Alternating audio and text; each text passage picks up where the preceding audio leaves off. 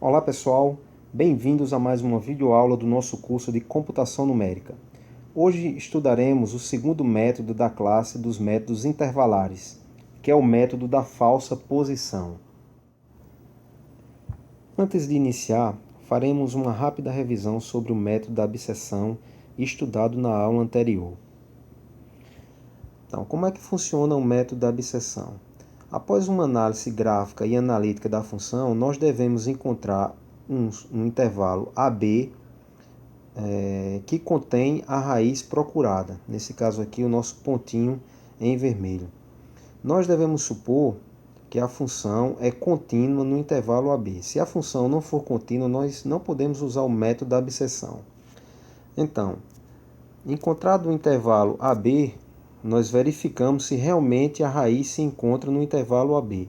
Para isso, usamos o teorema de Bolzano, ou seja, nós calculamos f de A vezes f de B, e isso deve ser necessariamente menor que zero. Tá? Então, o teorema de Bolzano garante que se f de A vezes f de B for menor que zero, então certamente a função tem uma raiz, tem pelo menos uma raiz no intervalo AB, tá? Desde que a função seja contínua no intervalo. Então, como é que funciona o método da abscissão?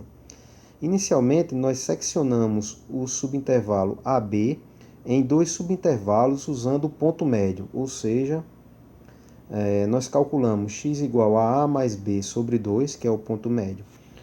Bom, feito isso, nós subdividimos o intervalo inicial AB em dois subintervalos, AX e XB. Em seguida, nós devemos usar o teorema de Bolzano para verificar em qual desses subintervalos a raiz se encontra.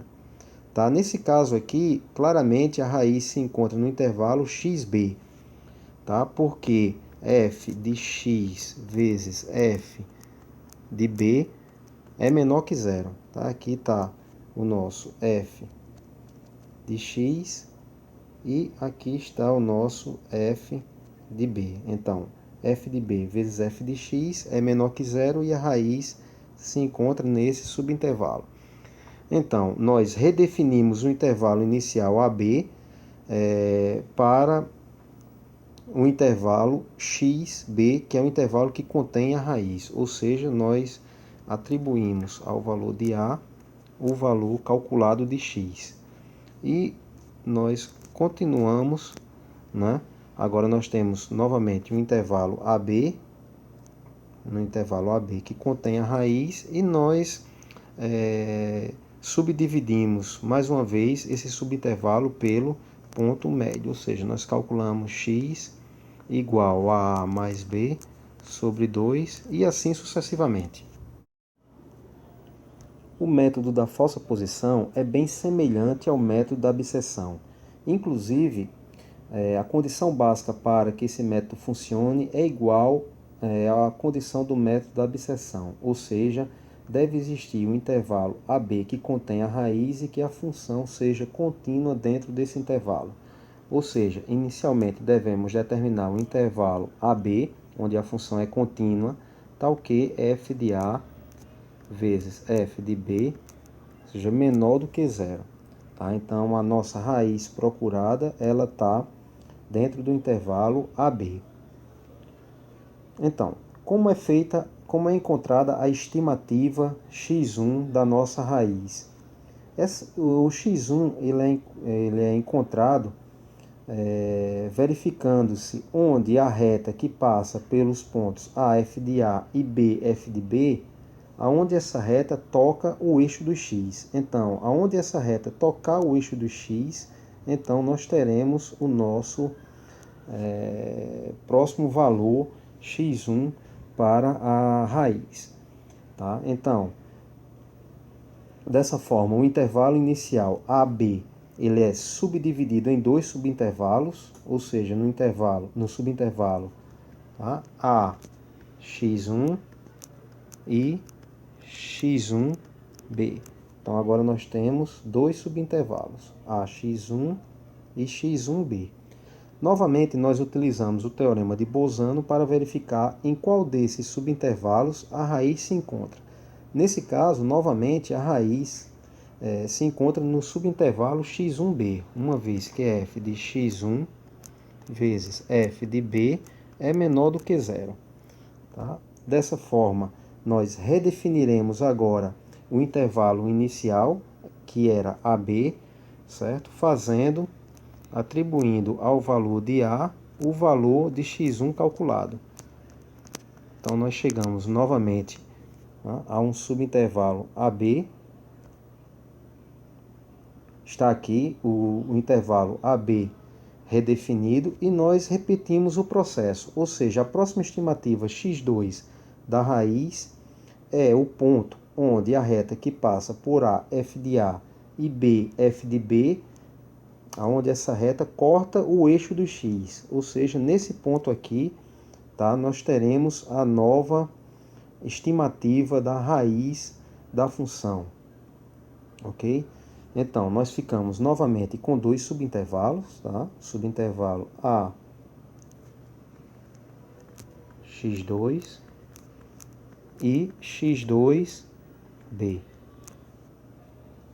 Intervalo x2b é este aqui. Bom, uma vez agora que nós temos esses dois subintervalos, nós verificamos pelo teorema de Bolzano em qual desses subintervalos a raiz se encontra. Tá? Nesse caso, nós iremos ter que f de x2 vezes f de b é menor do que zero, tá? E a raiz se encontra no segundo subintervalo. Então, nós redefinimos então, o valor de A. Então, A passa a ter o valor de x2, tá? E nós, assim, redefinimos o intervalo inicial e repetimos o processo até que a condição de parada seja satisfeita. Como condição de parada, nós podemos utilizar novamente o erro relativo, ou seja, calculamos o erro relativo, nesse caso, como sendo módulo de x2 menos x1, tá? Dividido por x2. Calculamos o erro relativo e verificamos se o erro relativo é menor do que 10 elevado a menos p, onde p é a nossa precisão. Bem, mas como determinar o ponto x1, onde a reta que passa por AF de A e BF de B toca o eixo do x, ou seja, a nossa próxima estimativa da raiz?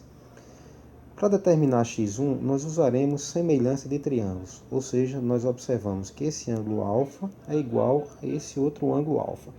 Calculamos então a tangente desse ângulo e a tangente de alfa novamente. Bem, então, nós temos que esse cateto oposto, que é f de b menos zero, então f de b menos zero, dividido por b menos x1, então b menos x1, isso aqui é igual a esse cateto oposto, que é 0 menos f de a, tá? Então esse comprimento aqui é 0 menos f de a, 0 menos f de a, dividido por esse cateto adjacente, que é quem? Que é x1 menos a. Então, x1 menos a. Então, fazendo o produto dos meios pelos extremos e isolando x1, nós teremos que x1 é igual a menos b menos a vezes f de a dividido por f de b menos f de a. Tá? Então, esse é o valor desse ponto x1, onde essa reta ela toca o eixo do x. Tá? Então, nosso subintervalo inicial AB ele é dividido em dois subintervalos, A, x1 e x1, x1b. Então, nós podemos resumir dessa forma o método da falsa posição. Nós devemos encontrar um intervalo AB que contém a raiz, tá? Igualmente fazemos com o método da bisseção. Depois, nós subdividimos esse intervalo AB em dois subintervalos, calculando o valor de x, usando essa equação. Então, nós teremos agora dois subintervalos, A, x e x, b. Bom, então se x for uma solução aceitável, tá? Por aceitável nós entendemos, por exemplo, calcular o erro relativo e verificar se o erro relativo é menor do que 10 elevado a menos p. Então, se x é uma solução aceitável para o valor da raiz, nós paramos. Se não for, nós verificamos se a raiz está dentro do subintervalo ax ou xb. Nós redefinimos o intervalo AB e voltamos ao passo 2, ou seja, a calcular novamente um x que vai subdividir o intervalo em duas partes. Usaremos o problema da aula anterior para exemplificar a aplicação do método da falsa posição, ou seja, nós desejamos encontrar a taxa de juros do plano A. Encontrar essa taxa de juros é encontrar a raiz positiva dessa função fa de j. Então, faremos isso com precisão de 3 algarismos significativos e usando, evidentemente, o método da falsa posição. Ok, então já temos aberto aqui o Scilab, tanto a tela do console quanto o editor de textos, os SciNotes. Então, nós criamos um arquivo chamado raízes.sce, definimos os dois comandos iniciais, um para zerar as variáveis e o outro para limpar a tela do console. Também já definimos a nossa função y igual a f de j, tá? Então, o zero dessa função f vai ser a taxa de juros do plano A, conforme nós estudamos em sala de aula. Então, pessoal, o primeiro passo é encontrar o intervalo AB que contém a raiz dessa função f. Tá? Então, para isso, a gente faz o gráfico. Então, vamos fazer o gráfico da função f de j igual a 0 até j igual a 1, ou seja, da taxa de juros igual a 0 a taxa de juros igual a 100%. Tá? Aqui nós iremos calcular os valores da função f e, em seguida, plotar tanto o gráfico quanto o eixo J. Tá? E a taxa de juros procurada vai ser aonde esse gráfico ele toca o eixo J. Okay? Então vamos executar o nosso programa. Então geramos aqui o nosso gráfico. Vemos que a taxa está entre 10% e 20%, mas para obter uma definição maior, vamos aproximar, dar um zoom aqui no nosso gráfico, ok? Bem, por esse zoom nós podemos ver que a taxa ela vai estar, né, aqui, esse ponto vai estar entre 0,12 e 0,13. Tá? Então fechamos aqui e definimos no nosso programa A igual a 0,12 e B igual a 0,13. Então, para testar que realmente esse intervalo AB contém o zero dessa função f, o que é que nós fazemos? Usamos o teorema de Bolzano, ou seja, calculamos f de A vezes f de B. Tá? Então vamos executar isso. Eu vou dar um Ctrl S e um Ctrl L para verificarmos a saída aqui no console do Scilab. Tá? Foi gerado o gráfico, eu já fechei. E de fato, f de A vezes f de B é negativo. Tá? Então, de fato, a nossa raiz se encontra no intervalo AB. De posse dos valores de A e B, nós podemos dar início à resolução da nossa questão. Tá? Então, o que a gente vai fazer é excluir essa parte do programa que não interessa mais, tá? Executar o nosso código no Scilab, executado. Certo? Então, nós temos definidos agora no Scilab a função f e os valores de A e B. Então, nós verificamos A igual a 0,12 e B igual a 0,13. Bem, nós temos um intervalo inicial de interesse, e o que nós vamos fazer agora é calcular o x do método da falsa posição. Mas antes, assim como fizemos no método da abscissão, nós temos que definir uma variável xa, x antigo, para guardar o último valor calculado do x da falsa posição, para com ele a gente calcular o erro relativo. Tá? A gente precisa dele para calcular o erro relativo. Então, nesse primeiro passo, a gente vai supor que o x antigo é o próprio A. Então a gente vai fazer x antigo é igual a A. Então com isso a gente guarda o valor do x antigo na variável xa. Bem, como é que a gente calcula o x novo, tá? O x da falsa posição, uma vez que a gente tem o valor de A e B? Simples, a gente utiliza a equação conforme nós aprendemos anteriormente, tá? Então, nós obtivemos um novo valor de x, e o próximo passo é calcular o erro relativo. Então, o erro relativo vai ser igual a quem? Ao valor absoluto, então, ABS, tá? De x menos x antigo, tá? Dividido pelo novo valor de x. Nós temos agora o erro relativo, escrevendo aqui, bom, vamos escrever o valor de x obtido, 0,1222309, tá? E o erro relativo obtido, só que a gente deve anotar 0,019, tá? Isso aqui, evidentemente, é maior do que 10 elevado a menos 3, que é a nossa precisão, tá? P, aqui no caso, igual a 3. Bem, então nós ficamos agora com dois subintervalos, tá? O subintervalo 0,12x, tá? E o subintervalo x 0,13.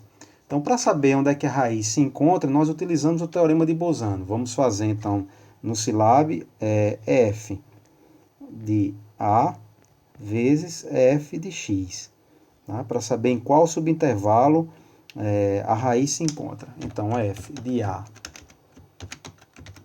vezes f de x, tá?